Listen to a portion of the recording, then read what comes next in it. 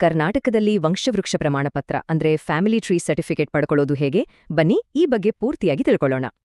So ನಾವು online ಅರ್ಜಿ, ಬೇಕಾಗುವ ದಾಖಲೆಗಳು ಹೀಗೆ ಎಲ್ಲಾ ವಿವರಗಳನ್ನು ನೋಡೋಣ. ಆನ್ಲೈನ್ನಲ್ಲಿ ಅಪ್ಲೈ ಮಾಡೋಕ್ಕೆ 2 ಸರ್ಕಾರಿ ಪೋರ್ಟಲ್ಗಳಿವೆ. ಹಾಗಿದ್ರೆ ಅವು ಯಾವುದು ಅಂತ ನೋಡೋಣ ಬನ್ನಿ. ಒಂದು ನಾಡ ಕಚೇರಿ, ಇದು ನೇರವಾಗಿ ಸರ್ಟಿಫಿಕೇಟ್ಗಳಿಗೆ.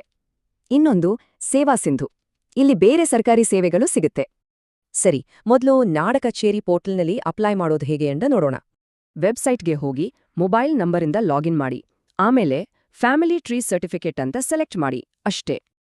ಇಲ್ಲಿ ಆಧಾರ್ ದೃಢೀಕರಣ ಕಡ್ಡಾಯ ಅನ್ನೋದು ನೆನಪಿರ್ಲಿ, ಆಮೇಲೆ ಡಾಕ್ಯುಮೆಂಟ್ಸ್ ಅಪ್ಲೋಡ್ ಮಾಡಿ ಪೇಮೆಂಟ್ ಮಾಡಿದ್ರೆ ಆಯ್ತು.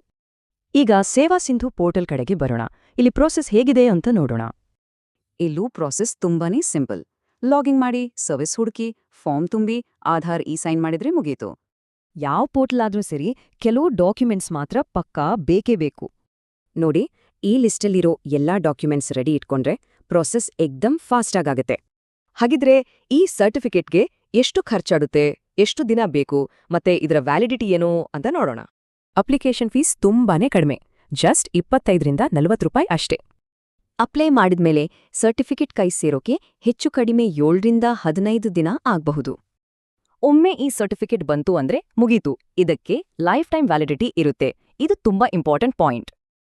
ಇನ್ನೊಂದು ಮುಖ್ಯವಾದ ವಿಚಾರ, ಮದುವೆಯಾದ ಮಗಳ ಹೆಸರನ್ನು ಸೇರ್ಸೋದು ಕಾನೂನು ಪ್ರಕಾರ ಕಡ್ಡಾಯ. ಸೊ ಈ ಸ್ಟೆಪ್ಸ್ ಎಲ್ಲ ಫಾಲೋ ಮಾಡಿದ್ರೆ ಈ ಪ್ರಮುಖ ಡಾಕ್ಯುಮೆಂಟ್ ಪಡ್ಕೊಡೋದು ತುಂಬಾನೇ ಸುಲಭ ಅಲ್ವಾ?